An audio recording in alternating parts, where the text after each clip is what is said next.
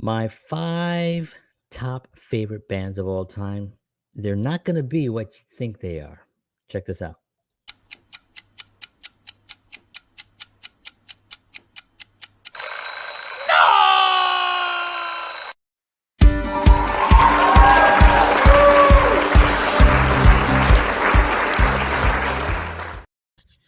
All right. Good morning. Good morning. Hello, everyone. It's 7 a.m. Welcome. My name is John Henry Soto. That's Juan Enrique Soto in Spanish. And it is Tuesday, May 18th, 2021. And hope everybody had a great evening, having a great morning. Seems like every year we say, "Oh, I can't believe it's already May." It's already almost June. And summer's almost here. It's almost fall. You know, it just goes by fast. But we had some beautiful weather. Yesterday was gorgeous out. We sat on our front porch for a little bit while my son ran around and played.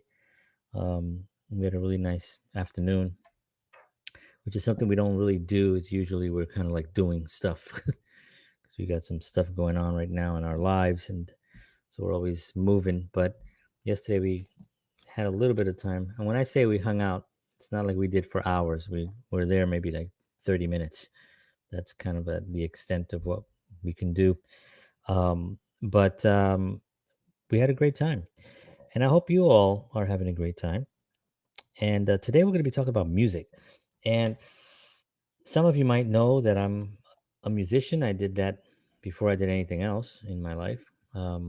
Started playing when I was about, I guess, playing seriously when I was a teenager. But when I was about 9 years old, my grandfather grabbed me by the hand and he said, "Let's go to the music store." I had no idea what he was doing, but he walked me over to the store called El Palacio. It's in the South Bronx. And it was one of those music stores. They have records and instruments in the back. Oh, they had all the percussion instruments, music playing all the time. Um, and so we're sitting there and we're standing there in the store, and he points up to some guitars, and he's like, "Which one do you like?" And I'm like, "I don't know, that one's nice. They're all nice, I like that one." But he brings one down. They're looking over it, and I'm thinking, why is he bringing it down?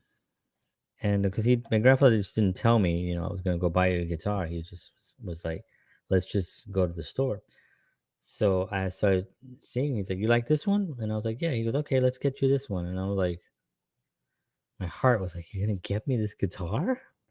I can't believe it because I was obsessed with guitars, and even though I didn't have one, I used to use a broom when I was younger and just pretend. And then I used my uncles played guitar, so I would always sneak in and try to open their guitar cases and try to mess around with their guitars. So here I am with this guitar, and they put it in the bag. They gave me one of those music books, learning books that are extremely confusing. Those two famous books, Bay something Bay. I can't remember the names of the books, but they're popular for people that were trying to learn. And they gave them to me, and I was walking out the store. I was like in cloud nine, and so I started playing at that point. I didn't really dive into it, although I played. My uncles taught me some stuff, and I played a little bit. But as I got older, about teenage years, I really dove in head first and then never looked back. And fell in love with a lot of bands, a lot of bands that really I explore bands. I don't like to just whatever is whatever is on the radio is what I'm going to listen to. I don't think so. Some radio stuff is good, but I don't do that. I wanted to find out the history of music. I wanted to find out about the electric guitar. When I first heard Santana play, I didn't understand what that noise was, and because I had what he bought me the guitar, he bought me was a classical Spanish style nylon string guitar, which was beautiful and played really well. But um, when I heard that,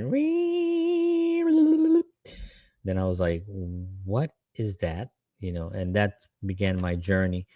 Um, but I think the band wise, like I was very interested in suddenly becoming a band and being in a band. I thought, writing songs, original songs. I didn't want to learn all the stuff that was on the radio and all the great players. And I know a lot of players are they're great at. So you can go on YouTube and you can see people doing Van Halen, kids doing Van Halen note for note. And that always bored me. I always thought to myself, why would I learn to play something so perfectly when the guy did it himself and there's videos and all this stuff of him doing it, and it doesn't challenge me. I want to create something that's never been created before. I wanted to write songs. And so I got together with my cousin George. We have a show called Counterparts on Tuesday nights at 8 p.m. Eastern Standard Time live. Counterparts, my that's our little merchandise. And we talk a lot about music because we played in a band together, we recorded together, we toured together. We had some great shows, we had some really bad shows, a lot of experiences that we've had playing music, and we had a great, great time doing that. And so that kind of created this interest in the band unit and following bands, and how they operate and how they write and how they lead and how they put their material out. So I'm going to go down the list here. It's a couple of bands. A lot of them you might not know, but these are my band. These are the bands. And some of them you definitely will know, of course. But I'm only going to do five. Now, this list can go on and on. I mean, it is a list that has a tremendous amount of stuff on it. So it's not at all you know just these guys. I mean, I can do another five, I can do another five and another five. But these in particular were very instrumental in creating a sound I had in my head that I was trying to do with the band. So let's go to the first one. The first one is a band that I saw in the early 90s, and I was in a club that I had just played the club, and I went home and I dropped off all my equipment, and then I decided to come back to the club with a girl that I liked, and she was like, "I'll be at the club." So I said, "All right, cool. So I'll be right back." So I came back, and sure enough, there she is, and we were hanging out by the bar, and we were chatting. And at the same time, there was a band playing. There were maybe about 15 people watching this band. We were just at the bar, and the band was playing, and I didn't know who they were. We were just talking, and so we start talking, and at the same time, we both kind of were. We looked at the stage because they sounded so fantastic. This band, we were so impressed. Gotta fix this thing. We were so impressed with how tight they were and really different sounding. I was like, what is this style? What is this band? And that band is called Carbon Leaf, and this is them.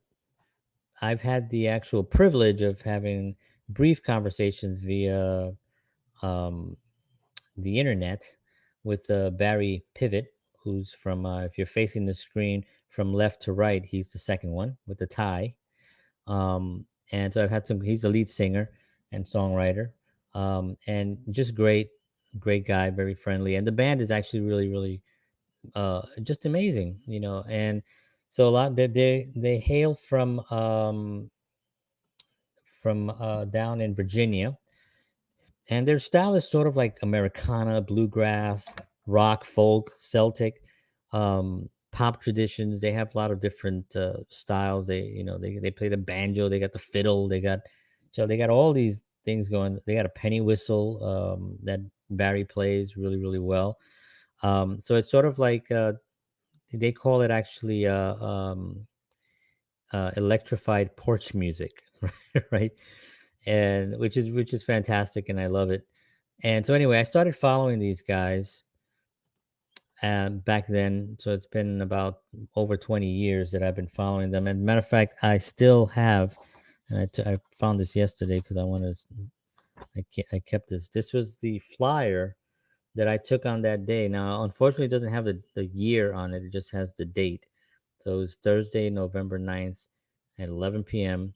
Um, and and it says right there, Ether Electrified Porch Music.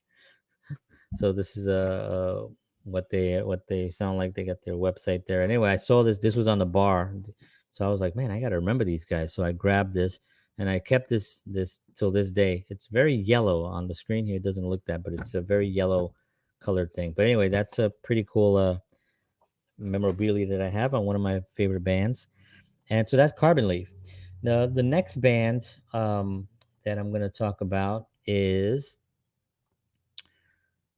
Toad the Wet Sprocket. Now, who knows Toad the Wet Sprocket? Not many people, I think. But they've had some great hits. So they are actually a popular band. But if you look at some of the hits that they've had a tremendous amount of, if I don't know if everybody remember, All I Want to Feel This Way. I can't remember the lyrics now. Walk on the ocean. Something's always wrong, which is my favorite Toad song. And they've been a band for 30 years, over 30 years now, and they've been touring and playing a lot of different shows. They have a very unique style when they play. The lead singer, he is, I think, in my opinion, his name is Glen Phillips. I think Glenn is one of the premier songwriters of our generation. He's written songs that just have so much life to them and lyrically just really pull you in. I just love their sound and their flow, how their the musical, not just the music, but I just love the way everything flows together. The melody lines, the way they kind of gel with the music. It's just a great all around band. And so I definitely was very obsessed by by these guys, and I would listen to anything that came out. I would go out and get it and just burn those records. So Toad the Wet Sprocket, great guys. Toad the Wet Sprocket. I should actually mention Carbon Leaf, the current lineup. Barry Privet, which I mentioned. I had a few conversations. I was trying to use one of his songs for an opening of one of my films, and I actually cut the film and I put the song in it, and I sent it to him, and I said, "This is the song I'm planning on using, and this is how I would use it." And he was like, "Wow, that's fantastic! It looks really good. It fits so well." I was like, "Yeah." He goes, "We have a record label, so we're not." He doesn't. I guess they don't own their music, but we have to go. I had to go through the record label, and it became a little bit of a hassle. I reached out to them, I messaged them, they never got back to me, so I couldn't use it. But anyway, it's a Carter Gravett, um, Terry Clark, and John Mark is the band. And so going back now to Toad the Wet Sprocket, Glenn Phillips, as I said, lead singer, songwriter, fantastic. Guitar is Todd Nichols. Bass is Dean Dining. Drum is Randy Gus. Randy Gus actually stopped touring in 2017, and he was replaced by a guy named Josh. Uh, I can't even, my own writing. I think it's Daniels, Josh Daniels. But yeah, so these guys were really instrumental in songwriting and how I loved to intertwine social issues and use metaphors to try to explain them without getting too deep into something. But they have a great flow. All right, the next band is a band that had, I think, one hit that I can remember that was on the radio. And the song was called "A Girl Like This," and it's the Smithereens. Who remembers the Smithereens? The Smithereens were a great band, led by their lead singer Pat Denizio. Now, unfortunately, he passed away in 2017. But the band continues with different guest singers. guitarist, great guitarist, Jack. His name is Baba Jack, and great guitar player. Drums is Dennis Dickens, and bass is Mike Measures. And these are the Smithereens. This is them in later. Pat got a little heavy there. Maybe I don't know if that has something to do with his he was went through some health issues and stuff, but just a great lively guy. Loved performing, loved playing, loved his fans. The songs were really great. They were very guitar oriented, straight up rock and roll. It's sort of electrifying original rock and roll. They've been around for 39 years. These guys were around. They played all the clubs that I remember playing, down in the village, Kenny's Castaways, and all those clubs that I used to play with my band. So they did all that stuff. And, they're from here. They're basically founded in Jersey in the 1980. Um, and they've toured. They've played the Meadowland. They played Radio City Music Hall. They did Europe. They toured with Tom Petty, Squeeze, The Pretenders, Lou Reed, the Ramones, and others. The Smithereens are a really really great band. Um, and if you listen to a lot of them, even Kurt Cobain said that the Smithereens were a major influence on Nirvana.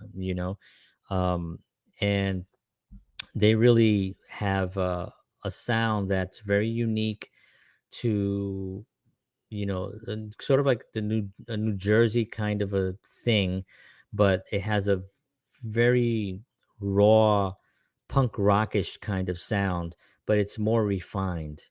And I love their songs. I wish I could play their songs. Unfortunately, YouTube will not allow me to play their music, so that's why I have to show pictures and just talk. But it'd be much easier to be like, let's listen. I would love to be a radio disc jockey and just play songs, right? That'd be a dream job. Let me get a drink here. How's everybody doing? Everybody doing good? Getting ready for the day, getting dressed, prepping, makeup. All right.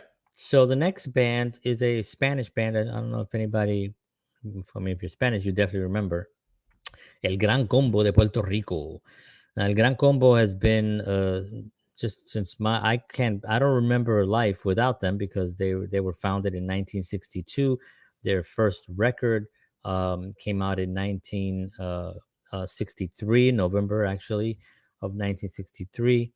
Um, it was released with the famous Joselito Mateo was the lead singer, who kind of like founded the band with the sound, basically kind of developed that sound. And their first album went to number one in New York City, Panama, Puerto Rico. And that their success really opened the doors for like so many other Latin American market bands, that were able to like actually make it not just in Puerto Rico, but they came to New York. And today, if you make it in New York, you make it anywhere, right? um and they really did. They also were a regular. That's how I remember them. They were a regular on the there was a show called El Show de las 12. It was a 12 o'clock in the afternoon show, and it was a show at 12.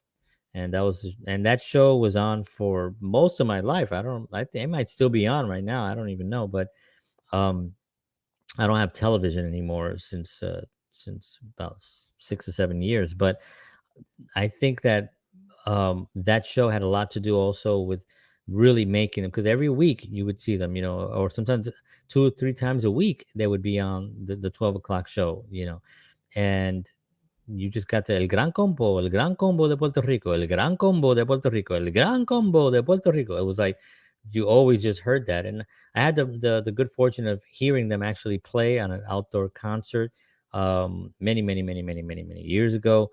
And they were just fantastic. And also the integrity of the band has always remained the same. There's always been changes of players, and there's been a little bit of drama here and there, but overall these guys are top. Now here's their first picture, 1962. of the first record, or maybe or 63, because this was released in November 20th, I believe, 1963. And then of course this is them today, still kicking, still doing it, making it happen. Very cool, very cool experience growing up listening to El Gran Combo. And they played also, they backed up so many other legends, Seria Cruz and Tito Puente and all those guys. They were the guys, and they still are. They still are, and the Gran Combo is going to be, the grand combination, right? That's what it stands, right? The grand combination. And it's going to go on, these members can go and come and go and come. It's sort of like the Temptations, where there's, I think, no original guys now. I think there's like one guy who's not an original, but he was early on enough where he can be called almost like an original. But anyway, um, yeah, so those guys are fantastic. Really, really good. Okay, last band. Now this band is a band that I saw the most of any other band. And that band is Rush. It's hard to talk about this band because we recently lost last year, actually early last year, we lost Neil Peart, arguably the greatest drummer to ever hold sticks. It's hard to say anyone else played better than him. Um, he's also he was a tremendous writer. He wrote most of the lyrics for the band Rush. He is also an author. He penned many books. He did. He traveled a lot. He had some tragedy in his life, losing his wife and his daughter in about the same year or close to the same time, and it kind of took the band out of commission for about almost 5 or 6 years, where we thought that that was it. But they managed to come back again, and they did perform, and we got to see them when they came back. And I remember George and I being at that show. It was actually the first show back after this whole craziness. I don't remember exactly if it was at the Garden or if it was at Jones Beach or somewhere, but the excitement for that. As soon as they started playing, there's a story that they tell themselves of how they started. The first song, when they started playing and the crowd goes crazy, they kind of all looked at each other and smiled like, whew, okay, we're back, and we felt it ourselves, when that first note hit. And they're very dynamic. There's only a three-piece band. It sounds like there's like an orchestra coming off the stage of just guitars and bass and drums, but it hits you in the face and it knocks you out.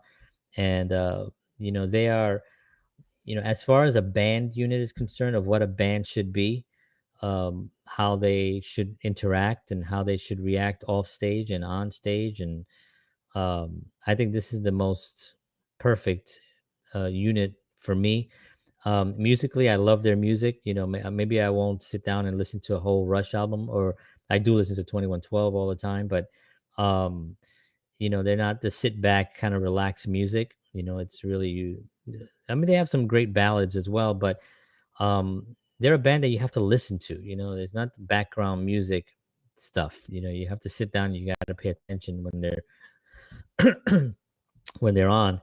And tragically, we lost a drummer, so Neil. So we won't, unfortunately, be listening to these guys again. Hey Rosa, how are you? Thank you very much for tuning in. Thank you. God bless you too.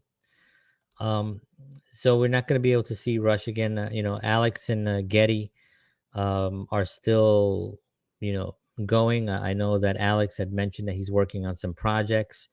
Um, we hope, we hope to hear some music from them, maybe together. I always fantasize they've had some great drummers that know Neil Peart's work inside out, and maybe they can do like some kind of a tribute concert to you know tribute to Neil, something like that. I don't know, that's my fantasy, but they had their farewell concerts, and they really gave the audience a wonderful adventure for 40 years. these guys were out there doing it at the highest levels imaginable. They finally got into the Rock and Roll Hall of Fame, which they were always every year that they didn't get in. We were all super pissed off and frustrated.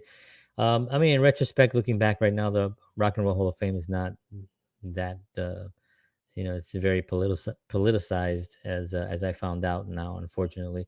But there are some great honor to be part of it, obviously, and I'm very happy that Rush is part of it. So there you have it. That is my list of top five. If you get a chance, listen to some of these.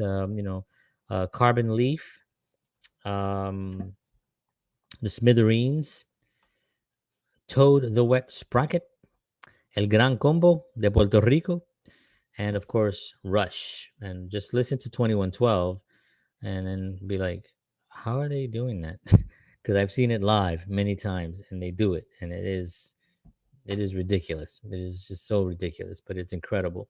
So there's my list, folks. I hope you enjoyed that. Thank you very much for letting me indulge in these morning talks on things that I'm passionate about and love. I'm gonna do a few more of these. Tomorrow I have a little bit of motivational stuff coming in. That's on Wednesday, the 19th, and on the 20th, I'm doing a special show for Jimmy Stewart because it's his birthday, and he is my favorite actor of all time, along with Jack Lemmon. But he's the guy. I own his books and a bunch of stuff from him, and I know a lot about Jimmy Stewart, the actor and the man. I just really love his films. So I'm gonna do a whole show on him. We're gonna talk about 5 of his films and why I like him and what I used to do as a child to actually watch his films and how obsessed I was. I think it's pretty funny. Looking back now, I think like, how did I survive anything? I was not a normal kid at all. But anyway, we'll talk about that on the 20th, and I will see you all tomorrow morning. Take care of yourselves. Make today great. Do things that you love. Take care of yourselves. Oh, before I end off, please, if you like this, if you like what I'm doing right here, please like, share, and subscribe with your friends. Tell them, hey, you know what? There's this little Puerto Rican guy, and every morning around at 7 a.m. Eastern Standard Time, he comes on and he talks some stuff. Sometimes he talks good stuff, sometimes he talks dumb stuff, but he's always talking and he's somewhat entertaining. So maybe you want to check him out.